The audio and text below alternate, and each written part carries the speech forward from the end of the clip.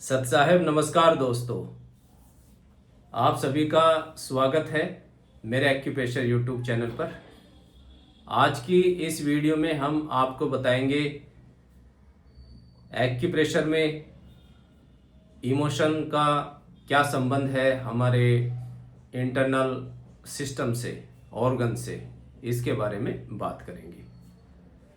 किस इमोशन से, मनोभाव से हमारे बॉडी में किस ऑर्गन पर प्रभाव पड़ता है, इसकी जानकारी आपको दी जाएगी। ये बहुत ही सूक्ष्म जानकारियां हैं, बहुत ही बारीकियां हैं एक्यूप्रेशर में, जो हमें सचेत कर देती हैं कि आपको क्या करना चाहिए और क्या नहीं करना चाहिए।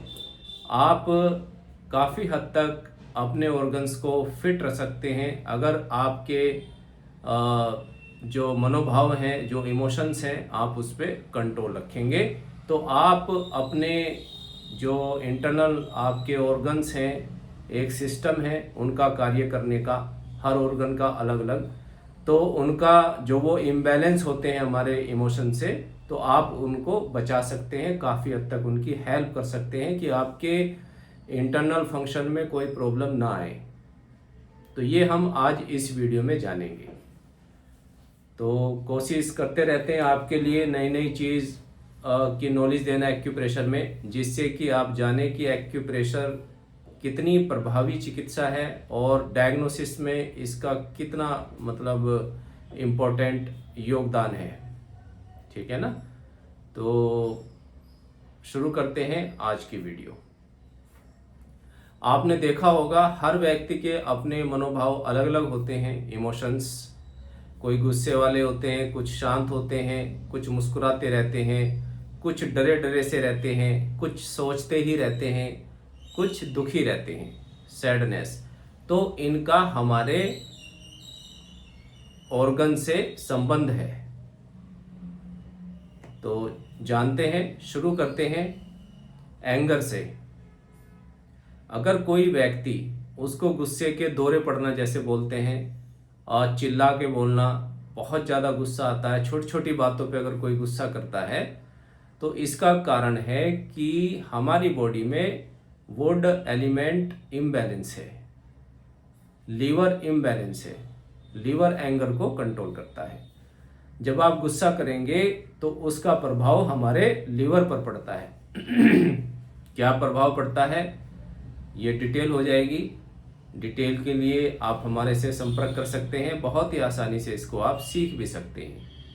लेकिन फिर भी आपको अगर ये मालूम हो जाएगा किस इमोशन का प्रभाव किस ऑर्गन पर पड़ता है, तो आप सचेत भी होंगे और उसको कंट्रोल करने की कोशिश करेंगे, जिससे आपकी बॉडी को फायदा होगा, आपके ऑर्गन्स को फायदा मिलेगा। तो जो व्यक्ति गुस्सा करते हैं, चिल्ला के बोलते हैं, उनके लीवर में इम्बैलेंस हो जाता है, लीवर में प्रॉब्लम आना शुरू हो जाती है या शुरू हो गई है। अगर कुछ व्यक्ति ठीक हैं, शांत हैं, लेकिन उनको अचानक से गुस्सा आने लगे, उनको चिड़चिड़ापन आने लगे, तो आपका ध्यान कहाँ जाना चाहिए? लीवर पर। लीवर इम्बैलेंस हो गया है। और आज आप देखेंगे कि हर व्यक्ति को गुस्सा आता है, लगभग 90% लोगों को गुस्सा बहुत ज़्यादा आता है, गुस्से में रहते हैं। छोटी छोटी बात पे, रोड पे देखेंगे आप, लड़ने लग जाते हैं, चिल्ला चिल्ला के बोलते हैं। तो कारण क्या है कि आजकल की दिनचर्या बहुत ख़राब हो चुकी है, और जो खाने की वस्तुएं हैं वो आप देख लीजिए, अब से 30 साल पहले और अब में कितना चेंज आ गया है। मैदे का कितना यूज़ हो गया है, जो लीवर को सबसे ज़्यादा प्रभावित करता है। तो गुस्सा अगर आपको आ रहा है, आपकी बॉडी में एंगर है, आप कंट्रोल नहीं कर पा रहे हैं, तो इसका मतलब है कि लीवर में प्रॉब्लम है, आप उसको बैलेंस करेंगे। इसके बाद, और लीवर का सहयोगी ऑर्गन होता है गॉल ब्लैडर, तो लीवर गॉल ब्लैडर पर आपका ध्यान जाना चाहिए। इसके बाद अगर कोई व्यक्ति ठहाके मार मार के हंसता है, आपने देखा होगा बहुत तेज तेज हंसना, या हर समय स्माइल सी देते रहना, उनके चेहरे पे हर समय मुस्कुराहट बनी रहती है। जब भी आप कुछ व्यक्तियों का फेस देखेंगे तो आपको लगेगा कि वो मुस्कुरा रहे हैं, उनका फेस ही ऐसा रहता है। तो उन लोगों को भी ज़्यादा आनंद किसको प्रभावित करेगा? हार्ट को। उनका हार्ट इम्बैलेंस है, हार्ट के रोग हो सकते हैं आने वाले समय में, उनको प्रॉब्लम है या आने वाले समय में हो सकती है। जो बहुत ही तेजी से हंसना, छोटी छोटी बातों पे हंसते रहना और हर समय एक मुस्कुराहट सी उनके फेस पर बनी रहती है, तो उनको ध्यान देना चाहिए अपने हार्ट पर। जिनका हार्ट स्वस्थ रहता है वह भी खुश मिजाज होते हैं व्यक्ति, लेकिन ज़्यादा ही आनंद में रहना। हो सकता है कि हार्ट में प्रॉब्लम हो, तो इसको समय रहते आपको ध्यान देना चाहिए। इसके बाद आता है ज़्यादा विचार करना। कुछ व्यक्ति होते हैं, आपने देखा होगा, छोटी छोटी चीज़ों को सोचते रहते हैं, पड़े पड़े उनका ध्यान कंसंट्रेशन वहीं पर बनी रहेगी, उसको सोचते रहेंगे एक ही टॉपिक को। होना वही होता है जो होना होता है, लेकिन उसको फिर भी सोचते रहते हैं। और या जो पढ़ाई बहुत ज़्यादा करते हैं, अध्ययन करने वाले जो बच्चे हैं या बड़े जो ज़्यादा स्टडी में लगे हुए हैं, उनका प्रभाव पड़ता है हमारे अर्थ एलिमेंट पर। अर्थ एलिमेंट को कौन कंट्रोल करता है? स्प्लीन और स्टमक। तो उनके स्प्लीन और स्टमक डेफिशिएंट हो जाते हैं, उनमें प्रॉब्लम आने लगती है। तो उन लोगों का ध्यान जो पढ़ाई बहुत ज़्यादा कर रहे हैं, अगर कोई व्यक्ति, कोई आप थेरेपिस्ट हैं, आपके पास कोई पेशेंट आता है इस तरीके का, तो आप सबसे पहले आप उनका ट्रीटमेंट करेंगे स्टमक और स्प्लीन का। पूछिए उनसे, तो क्या आपको सोचने की प्रवृत्ति है आपकी?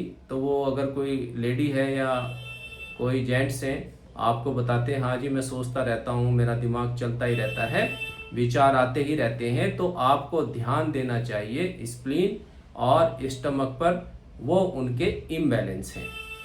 तो देखो आप इमोशन से आप कितना गहराई तक मतलब उसको कैच कर सकते हो, पकड़ सकते हो, रूट को पकड़ सकते हो, रोग की जड़ को पकड़ सकते हो। ये है टीसीएम की पावर।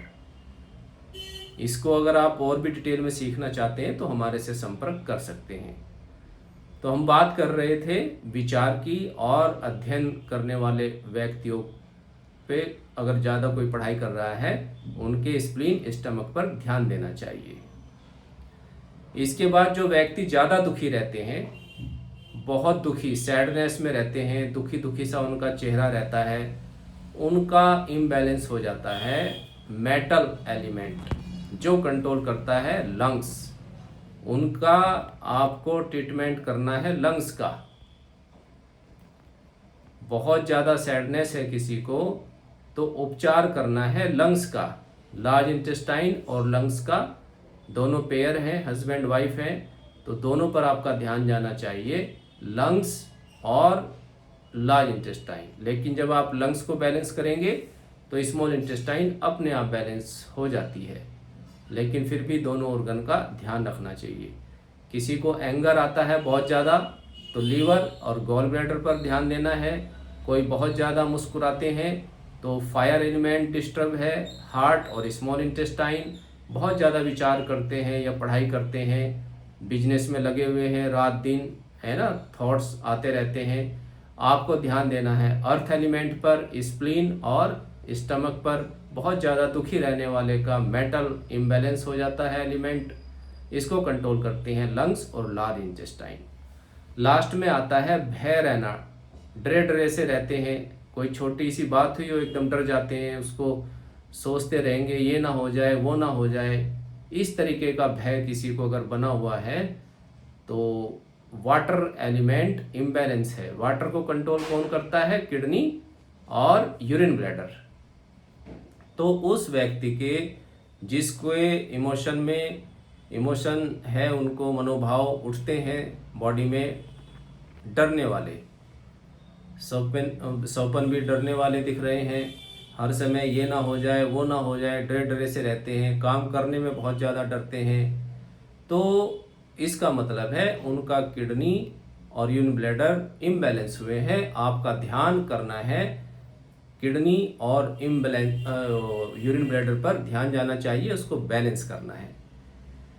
तो ये थे हमारी बॉडी में इमोशन, और इमोशन के बारे में बताया, और आपको ये भी पता चला कि किस इमोशन से किस ऑर्गन पर इफेक्ट आता है, कौन सा एलिमेंट इम्बैलेंस होता है। तो इससे आप समझ गए होंगे।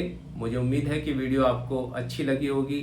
वीडियो अच्छी लगी है तो कमेंट्स ज़रूर किया करें, कमेंट करने में कंजूसी ना किया करें।